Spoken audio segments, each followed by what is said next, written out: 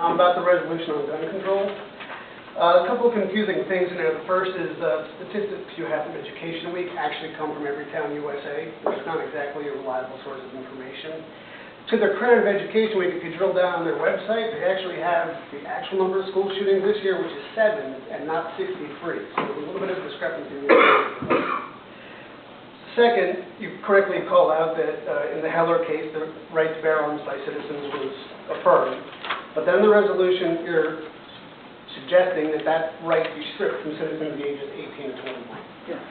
My challenge to the council is that's fine if that's what you want to do, but then you also ought to look at passing a resolution to increase the voting age from 18 to 21 and service in the military from 18 to 21.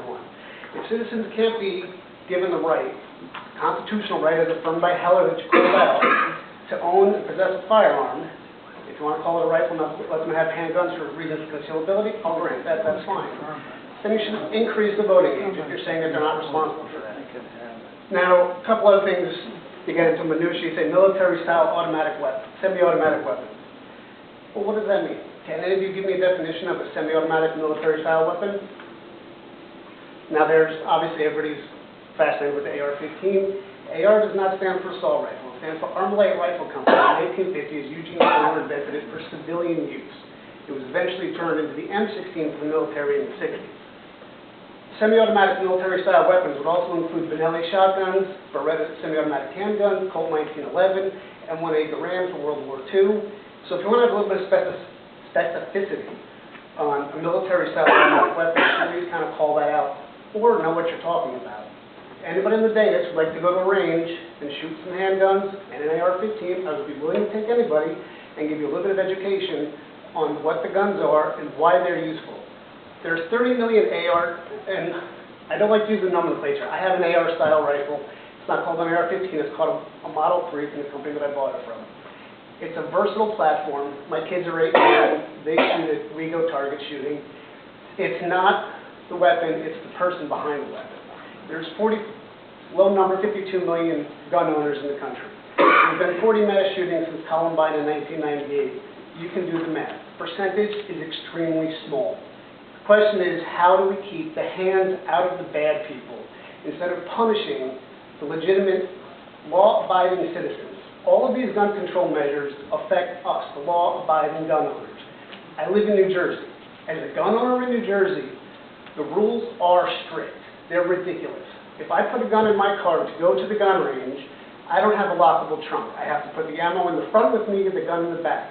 If I stop for gas, I'm breaking the law. I can only go from my house to the range and back. I can make no stops in between. So I understand passions are high with things like the shooting in Florida. My heart goes out to those families. I can't think of anything more tragic or worse. But if you look at something like what happened in Parkland, the government failed on every single level. I don't understand how the answer is more laws when they didn't work in the first place. If you want to go through a list of a bunch of the mass shootings where the law failed, there's a whole list of them. The FBI report for Sandy Hook came out in October, flew really under the radar. There were 2 warnings for the police department and the school the month prior to the shooting, and nothing was done to stop it. You can go down the list: Fort Hood, Orlando, chapter and verse, Sutherland, Texas. There's plenty of places where the system failed.